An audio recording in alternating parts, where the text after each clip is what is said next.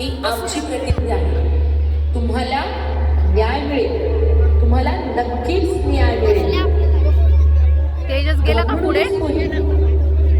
उठ, आजपासून ही तुझ्या मुलांची आई जिजाऊ आहे आणि या महाराष्ट्रात कुणालाही आवाज चिरडला जाणार नाही. हा शिवनेरी आहे, इथे न्यायाला डावलण्याचा अधिकार कुणालाच नाही.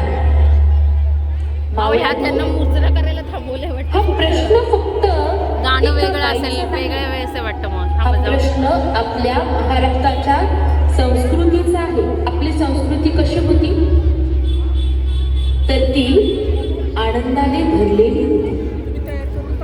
स्त्रियांचा मान होता, आपल्या वीरांना पराक्रमाचा बाकीचं अभिमान शाळेत होता. थोडंफार टीचरनी. शेतकऱ्यांनी आपल्यासाठी अन्न पिकवलं, संतांनी आपल्याला आध्यात्मिक मार्ग दाखवला आणि योद्ध्यांनी आपल्या भूमीचं रक्षण केलं. हेच आपलं खरं वैभव होतं. होय रावसाहेब, तुम्ही अगदी खरं बोलता. महाराष्ट्राचं खरं वैभव म्हणजे सर्वांना समान सन्मान आणि कर्तव्याचं भान. पण आज लोकांमध्ये मत्सर, लोभ आणि अपमानाची वृत्ती वाढली आहे. हे अरे, यांचा डान्स कधी आहे मग? पुढाकार घेतला पाहिजे. माझ्या लेकरांनो, महाराष्ट्र ही केवळ भूमी नाही तर संस्कृतीचा गड आहे. इथे सत्य, धर्म आणि कर्तव्याची पायवाट आहे. पण संस्कृती म्हणजे फक्त विचार नाही, ती आपल्या परंपरांमध्ये आहे, आपल्या कलेत आहे.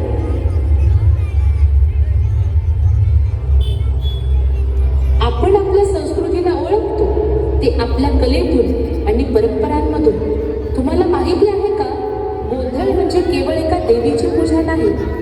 गोंधळ हा एक उत्सव आहे जिथे आपल्या भक्तीच्या ऊर्जेला गंध, नाद आणि सुरांचा स्पर्श मिळतो. हो मासाहेब, गोंधळाशिवाय आपली परंपरा अपुरी आहे.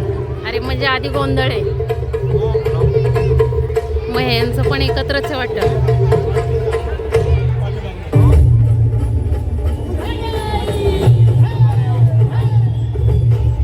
ह्यांचं झालं की मग गंधर्वाचं.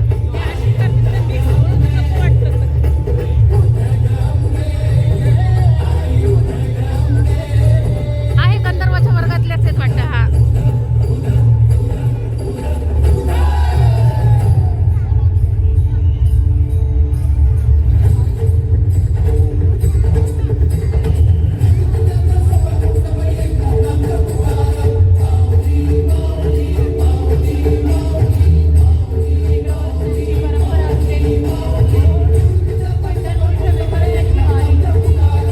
हे गेले की मग गंधर्व पुढे.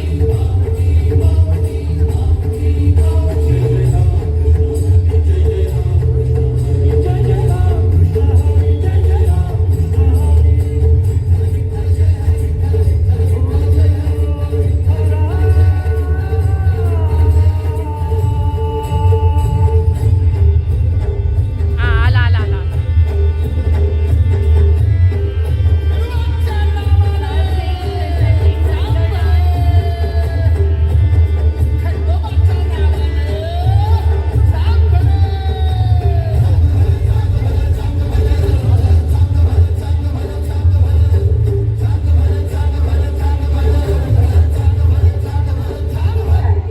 लाठी काठी करणार आहे ना तो गंधर्व आहे. गंधर्व वरती उभा राहिलेला आहे. काय हो, काय कळत पण नाहीये. कळतच नाही ह्यातला गंधर्व कुठला आहे. तो वरती उभा राहणार होता, वरती पण उभा राहणार होता.